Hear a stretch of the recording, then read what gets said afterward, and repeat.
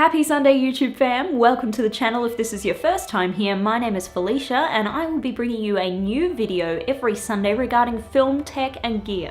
One of the most common questions I get when I'm teaching somebody about cameras is what is ISO and why is it important? ISO, simply put, is the measurement of the sensitivity of the sensor of a camera. In film terms though, it is the sensitivity of the film you are using.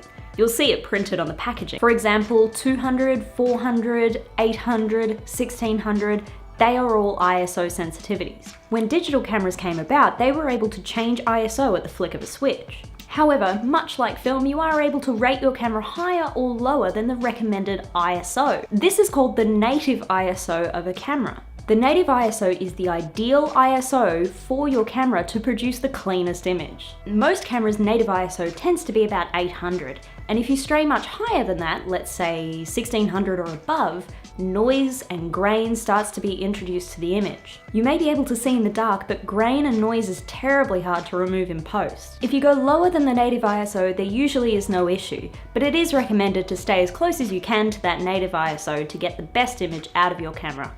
Let's take a look at a few examples.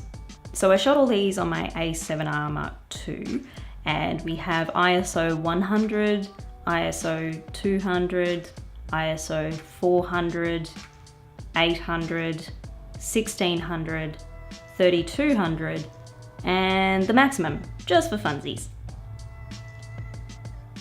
As you can see, the grain dramatically increases the higher we go on the scale. Sure, there are post-production methods of removing the grain, but often they cost money and will not give you the same result as just shooting at the right ISO to begin with, but they do get you out of a tight situation. Now let's have a closer look at that scale. 100, 200, 400, 800. Do you see a pattern here? They're either double or half the one next to them. Each double or half is equal to one stop of light. You can really use ISO to your advantage if you're trying to get a shallower depth of field. Let's have a look at this example. You're shooting exterior day.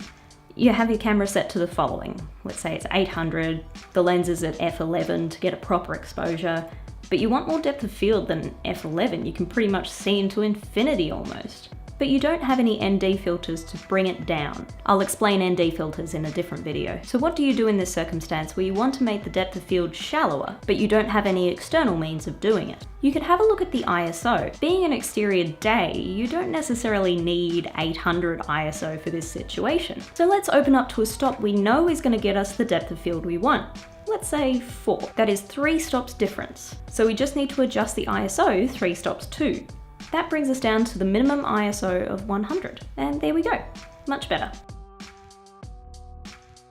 So yeah, ISO is a very important tool to know how to use on set. It also determines if a camera is going to be useful for your situation. For example, is it really good at performing in low light?